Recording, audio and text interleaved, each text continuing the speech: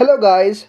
Coronavirus is not an unknown name to anyone now, and with its outbreak in over 100 countries around the world, I am sure many of you would like to know its details in Canada.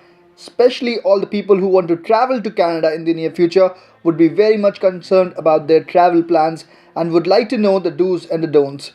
So, in this video, I will tell you exactly about that. Don't go anywhere, I'll be right back after this short intro.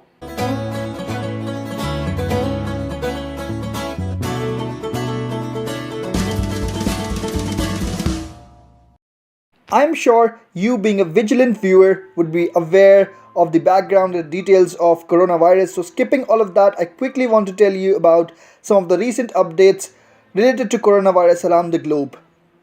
With its outbreak in more than 100 countries, WHO has declared it a global pandemic. President Trump has announced that he has suspended all travels from Europe and UK to the United States for 30 days and now has declared it as a national emergency.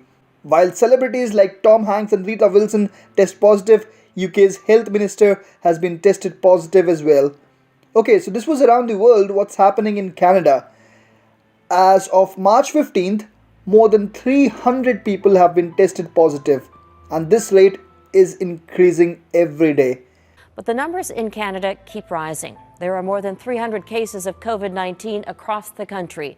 But the outbreak is hitting Ontario the hardest, with more than 40 new cases since yesterday, bringing the total in that province to at least 145.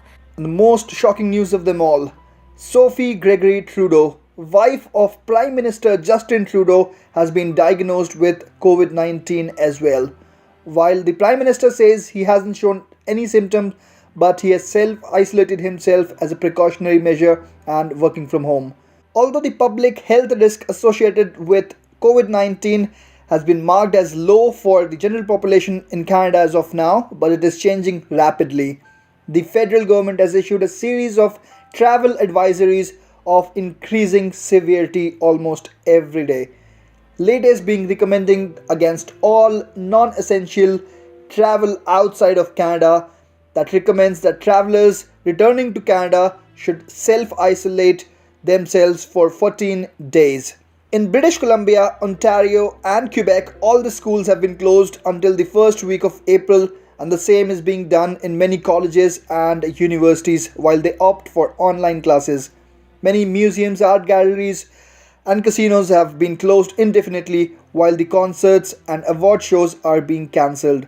While multiplexes are still running with lesser capacity, allowing social distancing, multiple tourist attractions such as CN Tower has closed.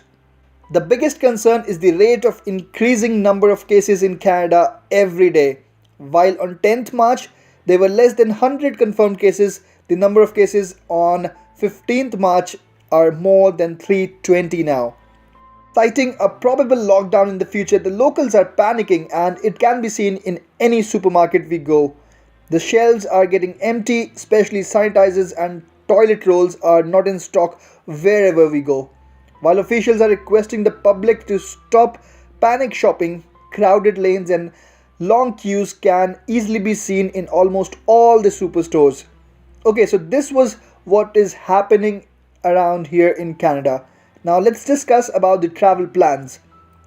Many people who might have got their permanent residency since late 2019 might have planned to move to Canada in around March or April to avoid the winter season. Now it is already mid-March, and as April is approaching, all of you guys must be concerned about your travel plans.